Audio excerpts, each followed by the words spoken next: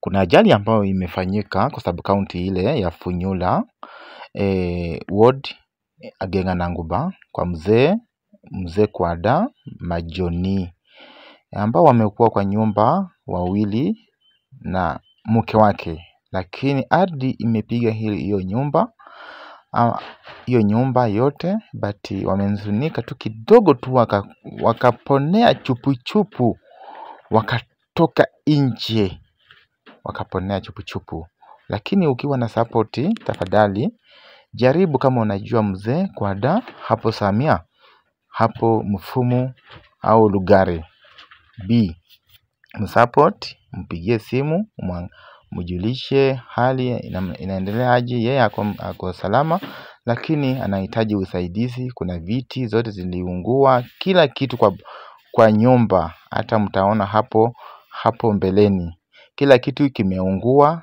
Jameni, msupport yeye kama mnamjua, na mimi ni mtu wa kuripoti ambayo kimefanyika kwa boma.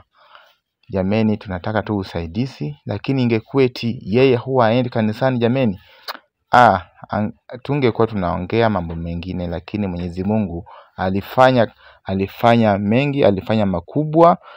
Yeye akabaki mzima, akabaki uhai na mke wake. Mungu awabariki sana. Mumsupport. Mimi nabaki Victoria Akwi. Ukitaka kumhitaji, jaribu Victoria Akwi ako wapi.